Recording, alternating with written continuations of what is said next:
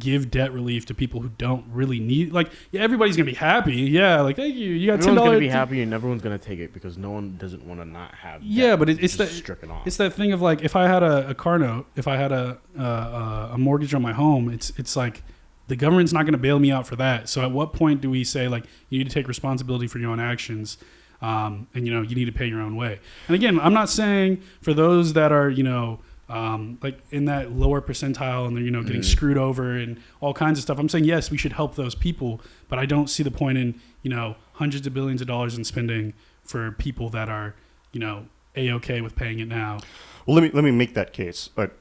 John Mitchell calls it a catastrophe or a crisis, and it's very similar to the 2008 housing crisis, where the banks were incentivized to make loans to anybody and as many loans as possible. Yeah. And they didn't care if people could or couldn't pay it back. The real tragedy with the bailout there was that the bailout went to the banks and not the people who had the houses. The bailout should have gone to the people who had the houses. They should have been able to use the investment they made in that house for their own benefit so that they could lead lives with greater security so that they could reinvest in themselves. Yeah. That's really what this is for. There's a real question about whether or not people are going to spend the extra money that they get from this on goods and services, or they're going to pay down other loans that they have, like car payments and especially house payments.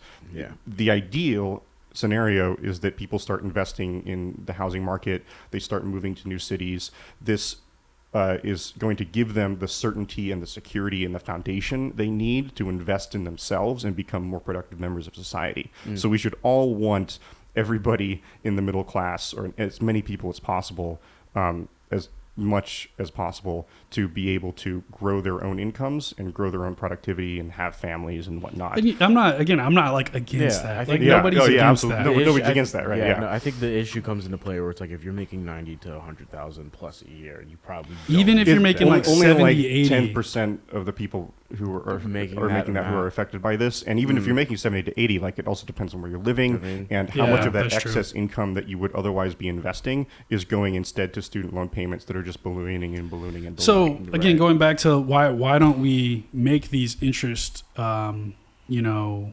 changes to, like, again, what Joe Biden's doing? Yeah, make those permanent so that way you can't screw people over on interest. And then it's too much yeah, and a then those lot that of are this already paying, is something that Congress is going to have to pick up the rest of the chain on. Yeah.